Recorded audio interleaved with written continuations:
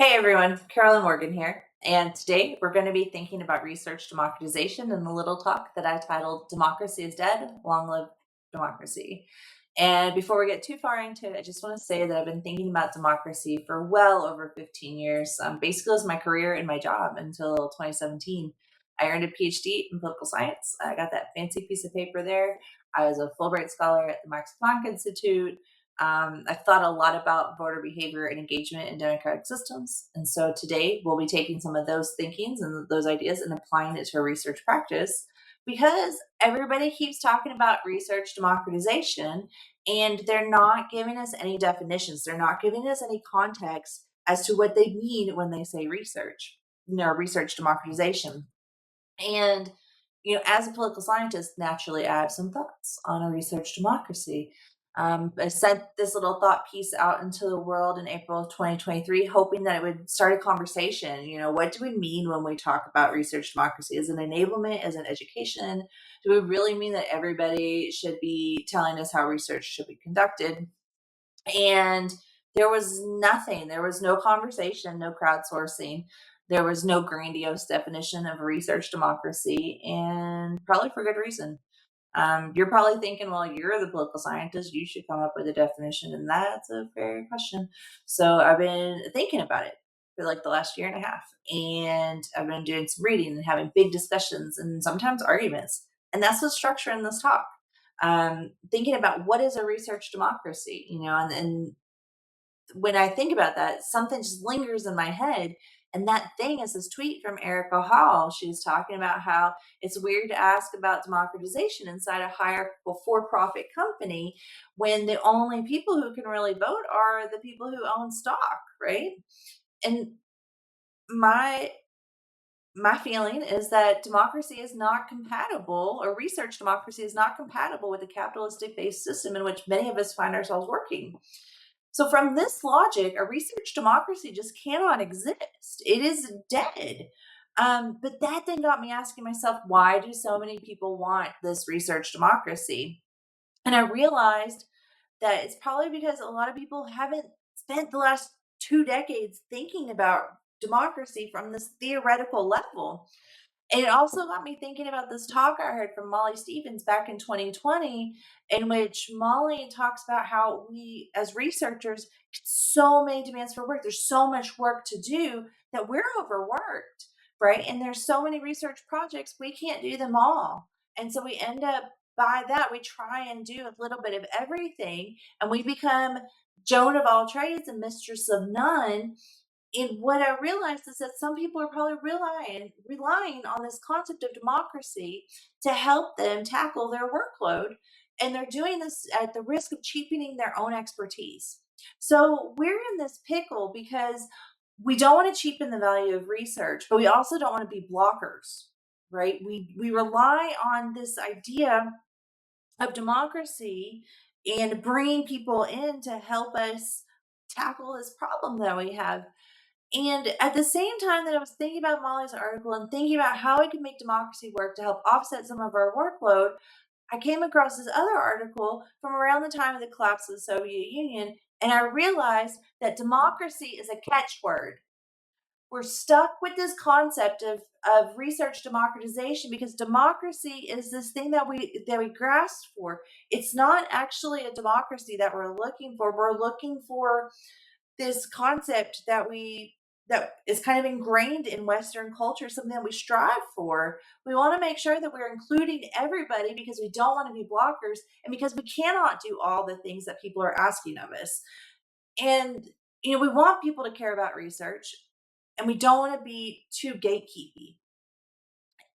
And so there's this kind of budding of ideas where democracy is not compatible with this capitalist system in which we're working, but also like we got too much work to do, so we need to have help. And so I know that some of you all, myself included, my team included, are experimenting with research democracy. So for the rest of this talk, I'm going to be focusing on how to responsibly enact a research democracy in a hierarchical for-profit structure. And we're going to draw some findings in political science. So for the rest of this talk, we're going to think long live democracy. If you're damned and determined to have a research democracy, let's at least be responsible about it, right? We're not going to eradicate this phrase of research democratization or democratizing research. So let's at least like be responsible about it. And the first thing we need to do in order to be responsible is we need to get clear on what our definition of democracy is, right? We need to be able to answer who rules. We need to have someone who has veto power. Not everybody gets to dictate what methodologies we use. We need someone to say that's a bad idea. Don't do that research. We need to know what a governance model looks like. That's a constitution, right? And that constitution, that governance model needs to have some enforcement power. You can't just have a constitution and not be able, or rules and structures and not be able to enforce it. And you need to know what your culture looks like. What's the reputation of research? What's it looking like? What's it feeling like? That's your mission statement usually. So kind of rely on your research statement to or your mission statement to enforce what your culture or influence what your culture is. If you don't have at least these three, if you don't have answers to these three things, you're going to end up with anarchy. You need to have some structures to how this democracy is going to work. Otherwise, everyone's going to think that they can do research, and why are you even there? And you need to learn from some real life examples, right? So look at real country democratization efforts. I love this book, The Fate of Young Democracies. I've read it twice in thinking about how to set up a research system. And here are the four things that I kind of take away from that. Is one, avoid in-group out-groups. You need to build trust with your stakeholders. You need to build trust with your PMs, your engineering partners, your devs and designers. They need to feel like they're part of this, but also you need to maintain your own identity. The second thing is you got to be flexible and you got to be open to continuous improvement. If you come in and you say, this is how we're doing research, no questions asked, no one's going to feel like they're a part of it, right? So you got to be adaptable, and your constitution needs to be flexible as well. Constitutions are amendable. That there's a reason. You also have to embrace empowerment and enfranchisement, but not plebiscites. So people don't get to tell you how to do research, but you do get to listen to them, right? So I like to use a RACI chart: responsible, accountable, consulted, informed, to kind of keep people in line, and so people know where they fall in this project and in research. And that goes with the fourth point is rules and structures are your friends, being really open and upfront about rules and responsibilities. The next thing you need to know is that democracy is fragile and requires maintenance. If you are going to build a research democracy, you need to be in it for the long haul. It's not an overnight thing. Sometimes it takes years. You have to build systems and structures and programs. You need to be able to support those programs, and you need to be able to give it the attention it deserves. You can't just throw out templates and say, here you go, friends, do usability studies. That's not going to work, because what's going to happen is you're going to end up with like the Dunning-Kruger effect, and you're going to give people all these templates and like these plug-in chugs, and they're going to feel like they know everything, when actually on the x-axis of competence, they know nothing. They've got a bunch of templates and a bunch of mad libs basically, and they're going to feel like they're gurus. They feel like they know everything, when really they don't, because you've given them just enough rope to get themselves in trouble. You need to be able to support these people throughout their research development process, and a democratization is really a research teaching process. You also need to have an exit strategy. You need to know what happens. What does it look like when democracy fails? What does pushing things back look like, right? Do we even recognize it?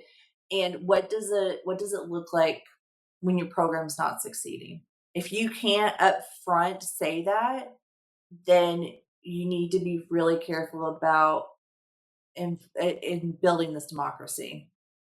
And so I'm giving you a lot, and I'm just right at time. This is a lot of information. So here's like an easy peasy recipe for democracy. And let me tell you, it's not easy. On my team, we're just about 1 year into it, and It's not easy. We're probably 10% into it, right? Really going through and learning what these rules are, learning, answering all these questions. You might feel a little overwhelmed, and that's okay. This is a learning process. Feel free to reach out to me. Reach out to me on LinkedIn. Make sure you put a little note in there telling me why you're reaching out to me. Otherwise, I won't respond. And if you ever want to chat about big thinking, big brain questions, reach out. Good night and good luck.